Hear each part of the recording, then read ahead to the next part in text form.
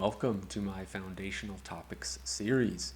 Here I will be discussing 4 major concepts or topics or philosophical ideas, frames of reference or frames of thought that I think are pretty foundational to improving your life because they improve your understanding of the world, yourself, your place in it, how to interact with information and concepts as they come to you in your life, how to understand other people as well.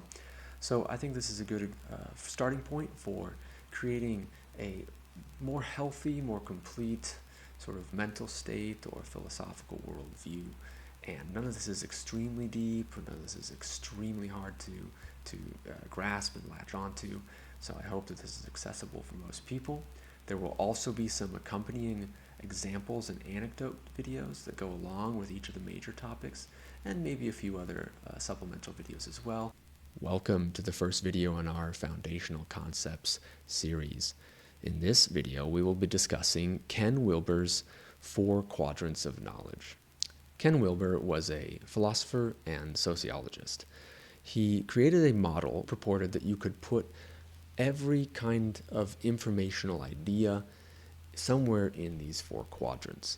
And I don't think this is a perfect model, but I do think it is very useful for understanding a lot of the information in the world, where problems are coming from, where arguments are coming from, and where solutions are coming from. So to understand the 4 quadrants, let's talk about what they are. If you take a large square and you cut it down the middle and you cut it across, you end up with 4 equal quadrants, 4 little squares. So the top 2 quadrants are going to be your individual quadrants, and the bottom 2 quadrants are going to be your collective quadrants, sort of the I and the we. Dividing each of the top and bottom quadrants is a line of what some people refer to as internal and external. I also like the concept of intangible and tangible. Ken Wilber called it the I and the it, the we and the its. And what you end up with when you cut horizontal and vertical, and you have individual on the top, collective on the bottom, you have internal or intangible, and you have external or tangible.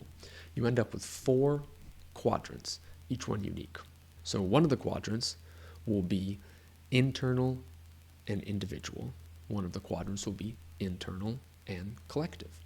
One quadrant will be external individual, and the other quadrant will be external collective. When you break this down, you can understand that all information is either something that is happening at the collective level or the individual level, and is also simultaneously divided between something that is an internal or intangible thing or an external or tangible thing. Some examples of some of these things would be an internal individual thing is your person, your sense of self, your identity, who you are, your mind, your value system, your concept of morality, things like this. Fields like psychology often focus on studying quadrant 1. Now quadrant 3, the collective internal, is things like culture, worldviews, mindsets, value systems, things like that, really big things.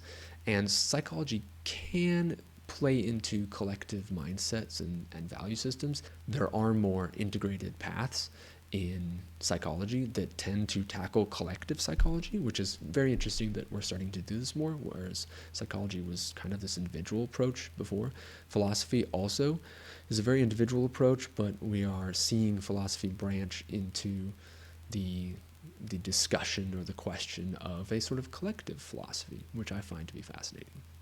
And on the external side, you have things like endorphins, or you have chemical messengers and hormones are in the quadrant 2, the individual and external. These are the tangible things. They sort of have a cause and effect from the external or the tangible to the internal or the intangible. In that way, you could say that endorphins cause happiness, and your happiness can help propagate your sense of self. So there is a relation between all of these 4 quadrants. And quadrant 4, being external and collective, is sort of like your laws, your structure, your society, your governments, your institutions, mores, concepts, social norms, things like that are more structural, that are less internal things and external things that we create. So let's run down some simple examples of identifying a problem and the solution based on which quadrant that problem is going to fall into. If the issue that you're recognizing is something with self-loathing, self-acceptance, willpower, a personal vice of some sort, regret, purpose and meaning in your life, then that's going to be a quadrant 1 issue, and the solution for that is going to be found in something like philosophy, psychology, self-help. If the issue that you recognize is bad habits, substance addiction, low energy, lethargic, something like that, then that's going to be a quadrant 2 issue. And you're going to be looking at a quadrant 2 solution like diet, routine, daily planners, habits, stuff like that to solve your quadrant 2 issues. If the problem that you recognize is something like our propensity to gravitate towards instant gratification in our society, or our addiction to screens, or our reactionary viewpoints, or culture war kind of stuff, or a movement like body positivity, or understanding people of a different sort of identity group or experience than yourself, then that's going to be a quadrant 3 issue. And the solutions are going to be stuff like public messaging or movies, shows, video games, social groups, events, and educational events like that. Recognizing and solving issues in quadrant 3 take a lot more time than it does for a quadrant 1 issue, because there's many individuals involved and these things just take a lot more time to change.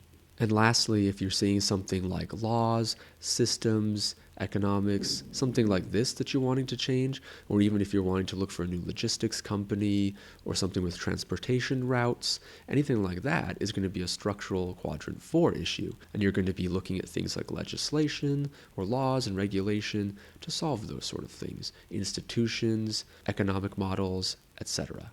And of course, there can be cross-quadrant interactions. For example, quadrant 4 material conditions and systems and institutions that help individuals have a better life can contribute to a person having a more healthier quadrant 1 concept of self, sense of security, sense of meaning, sense of value, etc.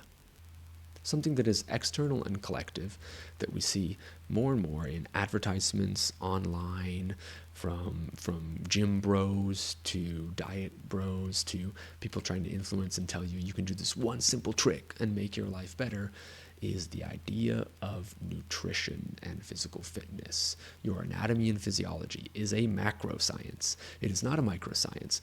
And so it is a quadrant 4. It's a huge thing. It is a large concept. There are multiple factors at play. There are many contradicting things within this system. It is a large, complex scientific field.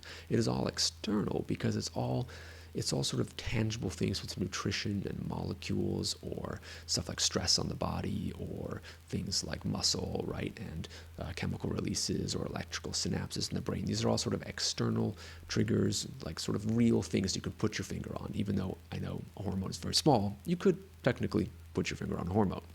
Other things like the fitness culture or the body positivity movement or anything like that is all a cultural thing. It is made up of many individuals, and they have sort of a collective set of ideals, even though, all these things, there are outliers in the viewpoints, and there are people that don't adopt all viewpoints with any given culture or movement. Quadrant 2 and Quadrant 1 both play a role in each of their collective corresponding quadrants. So Quadrant 1, the individual self, plays a role in culture, and Quadrant 2, something like sugar intake, plays a role in your Quadrant 4 macro science of nutrition and health. Self-help guru will usually bounce between Quadrant 1 and Quadrant 2, trying to get you to improve yourself through either literally your chemical intake, which can be accelerants or depressants, getting enough sleep, or getting up early to get that jive in the morning, and the really core personal things like self-acceptance, self-love, change, anything like that you want to see in yourself. And the collective variant of that sort of self-help guru that's all in Quadrant 1 and 2, that's all about the internal, would be people who are trying to make changes in society. A lot of activists might be trying to get actual structural 4 quadrant like change with legislation or laws or something like that, or they might be advocating for a shift in mindset or value system in a whole society. So why is this so important? I think it's important because you can easily get tricked if you don't understand where someone is coming from when they're trying to offer you something, sell you something like an idea or a concept, or when they're trying to solve a problem and they may be coming at it from the wrong quadrant. One of my favorite examples of quadrant 2 and quadrant 4 interactions, you see a lot of advice from the gym bro, Sigma grind set kind of dudes that are saying, get up early, do this one thing, put butter in your coffee, skip breakfast, no carbs, things like that. And they come up with this idea like that's all you need to do, and then your problem is solved. And what they're doing is they're trying to tackle a quadrant 4 problem in your overall health, fitness, nutrition, energy level, like that, with a quadrant 2 problem of just like get some caffeine in you, or get more sleep, or don't get too much sleep, or just cut carbs. And the fact is, nutrition or energy levels or whatever it is that you're trying to solve is never that simple for anyone. That's not how a macro science like nutrition works. So this is such a complicated thing that you cannot solve with a quadrant 2 solution. And that's why I think this is very important.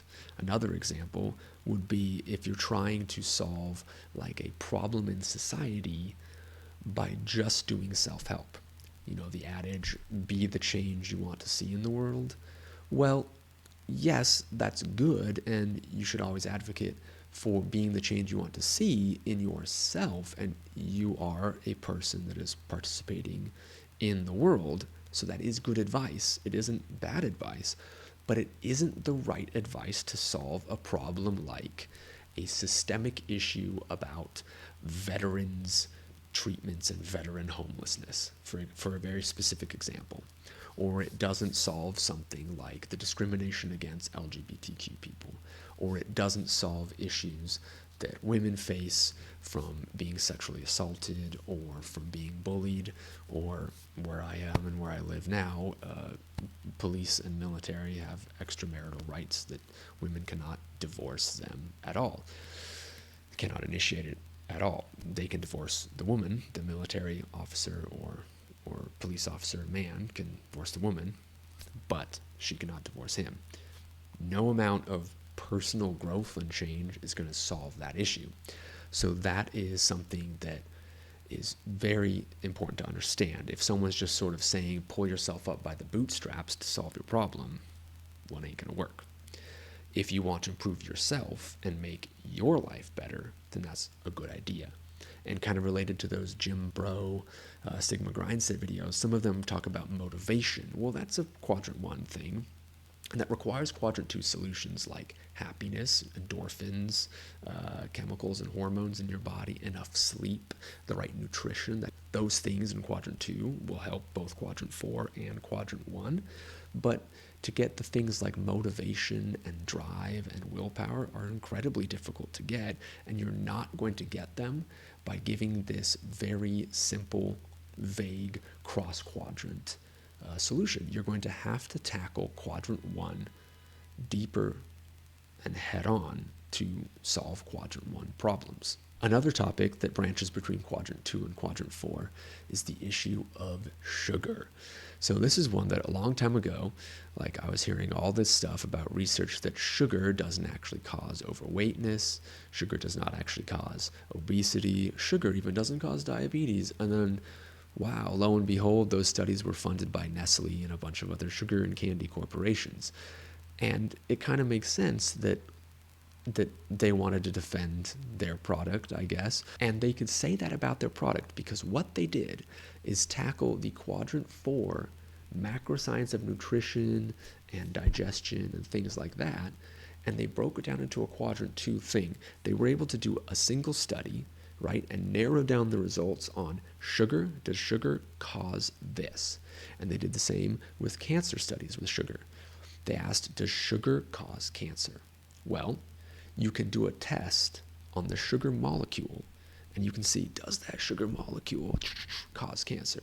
Well, no, that sugar molecule does not cause cancer, but a diet rich in sugar lowers your immune system. It also hurts basically every function in your body and sort of oxidizes your organs from the inside. So having a weaker immune system, weaker organs, weaker circulation, and overall less healthy internally, you're going to be more susceptible to cancer, especially the immune system hit. You're not going to be able to clean up those cells that sort of turn and will become cancerous if they're not taken care of and cleaned up, by your immune system. So could you say in a quadrant 4 that sugar causes cancer? Well, if someone just tells you sugar can give you cancer, well, no, they're not right.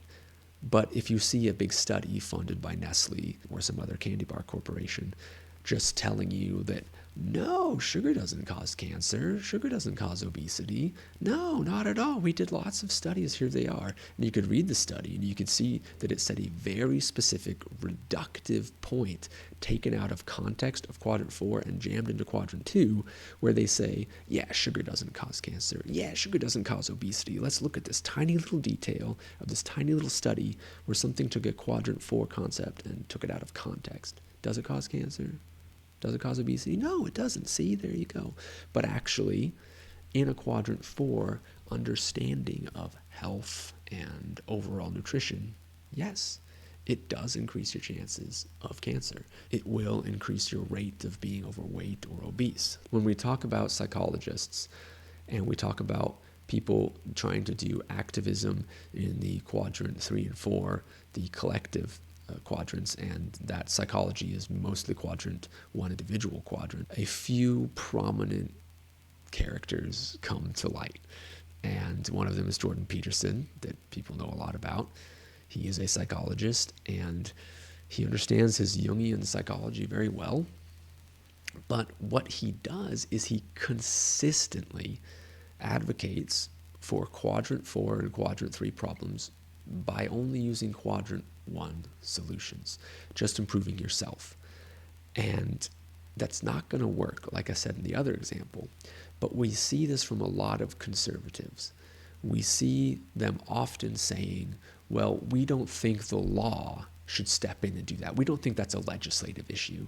That's just a personal issue. But what they're really saying is we don't want to create a structural, a collective, external, or tangible solution to a problem. Now, if it is only an individual problem, something that is affecting, and again, a group of individuals can still be considered individuals. They are still a whole bunch of individuals. Those group of individuals can create a culture, but their problems can also be tackled as individuals. So if we're talking about something like self-harm, and we're talking about something like self-loathing or depression, those are things that can be analyzed in quadrant 1 and quadrant 4 and quadrant 3. As you could see that there were maybe cultural and mindset frameworks that were distressing them. Maybe they were receiving discrimination, which is sort of a quadrant 3 or quadrant 4 if it's literal discrimination by law or legislation or rule or accessibility or something like that in a city, etc. Those things could be leading to depression or self-loathing or something like that in the person. But it could also be a very deep quadrant 1 issue with self-acceptance, maybe loving your body, maybe loving your mind, or getting over some other personal trauma or personal choices of like regret, whatever your vices are, perhaps. So an issue like that could be multiple different quadrants, and we do need to figure out which quadrant it is. But you cannot solve these large systemic and cultural issues by just saying, pick up your bootstraps and do better, which is something that Jordan Peterson and other conservative talking heads do a lot. Now, some of what they're saying I think is useful. Some, again, is useful for quadrant 1, doing self-improvement and self-help, but it's not going to solve any of these problems in the society, in legislation and law. So I think that this model of quadrants is useful for that specifically because you can listen to what the problem is. So is it a problem like Luigi Mangione is going and shooting a CEO? Now, is this a quadrant 1 personal problem that Luigi Mangione had, or is this the result of a quadrant 4 structural and societal framework issue that caused him to do this, that led him to do this, or put him in the mindset to do this? I do know from the story specifically that he had some personal issues with the healthcare system. So is there some quadrant 1 grief and anger and resentment and things there? Yes, there is. But can we see that there is also an extreme structural deficiency in the healthcare system that has led an individual to do this? Yes, we can. There is clearly a problem when you put a profit margin in healthcare. And if you do that, the solution cannot be to, hey, go back to quadrant 1 and just like stop being angry about like getting denied healthcare coverage or having to take out loans or having to claim bankruptcy or never being able to pay off your loans for like 20 years for some people that have some major healthcare issues. And the costs are extremely high. So I think in these two ways, it's really important to understand this quadrants of knowledge theory. Helps you understand argumentation, problem solving, problem identifying, and kind of helps you stay clear of BS and incorrect information that's going to try to convince you to do something. And oftentimes in today's day and age, that's like spend money and buy products to solve issues. I know there's tons and tons of other examples out there, and there's probably some really, really good ones that I did not think of, that I did not clearly articulate. If anybody has any other ideas or great examples, you can put them in the comments and talk about them. In conclusion, I think this is a really great tool, this 4 quadrants theory. That's why it's part of my foundational concepts series. And if you liked what you saw here, share some below. And also check out the other foundational concepts videos that will be coming on other topics that I think are really good for improving your overall base understanding of yourself and the world, and kind of helps you out in giving you some purpose or some meaning or some direction. Anyway, thank you again.